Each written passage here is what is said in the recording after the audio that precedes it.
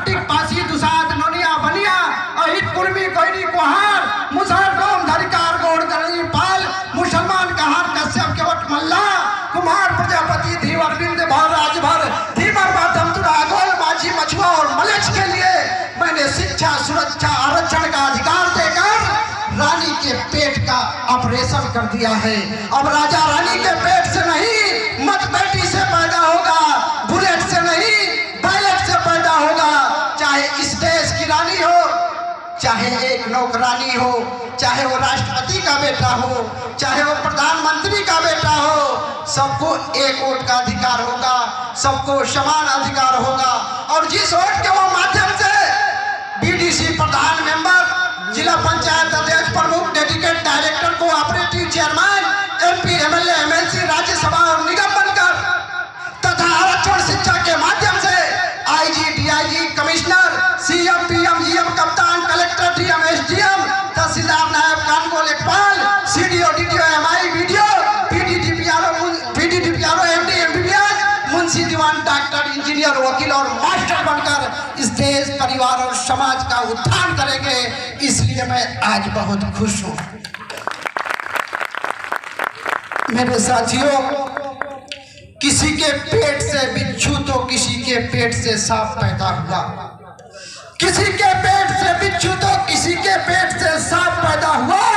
लेकिन भीमाबाई एक ऐसी मां थी जिनके पेट से बापों का बाप पैदा हुआ, बापों का बाप पैदा हुआ।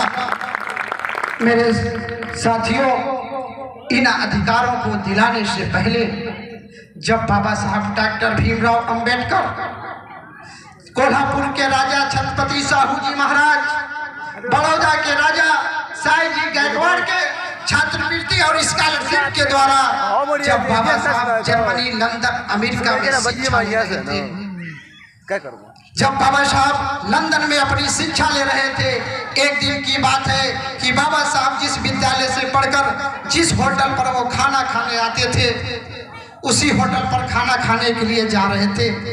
लेकिन रास्ते में उनको एक किताब की दुकान मिल गई और बाबा साहब उस किताब की दुकान का रुककर एक छोटी सी किताब पढ़ने लगे। पढ़ते पढ़ते बाबा साहब को किताब पसंद आ गई, लेकिन उस किताब की कीमत बाबा साहब के पॉकेट में 3 दिन के भोजन का दाम था। मेरे साथियों, बाबा साहब ने परवाह नहीं किया कि मैं कल क्या खाऊंगा। उन्होंने उस किताब को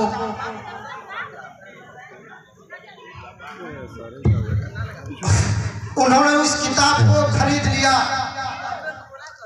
मेरे साथियों, और उस किताब को पढ़ते पढ़ते उस होटल पे आके बैठे। होटल का वेटर पानी लाता है, खाने की थाली लाता है। बाबा साहब चौंक जाते हैं कि मेरे पास तो पैसे नहीं है, मैं भोजन कैसे करूंगा। वेटर से कहते हैं, अरे भाई साहब, आज मेरा उपवास है। फिर दूसरे दिन बाबा साहब उसी विद्यालय से उसी किताब को पढ़ते हुए उसी होटल पर आके बैठते हैं। फिर होटल का वेटर पानी लाता है, खाने की थाली लाता है। बाबा साहब कहते हैं, अरे भाई साहब, मैंने बताना भूल गया, आज मेरे उपवास का दूसरा दिन है। तीसरे दिन भी वही घटना घटती है। बाबा साहब उसी विद्यालय से उसी किताब को पढ़ते हुए उसी होटल पे आके बैठते हैं। होटल का वेटर पानी लाता है, खाने की थाली लाता है। बाबा साहब खड़े होकर कहते हैं, अरे साहब क्षमा करना, आज मेरे उपवास का अंतिम दिन है। मेरे साथियों, जब बाबा साहब होटल से अपने रूम पे जाते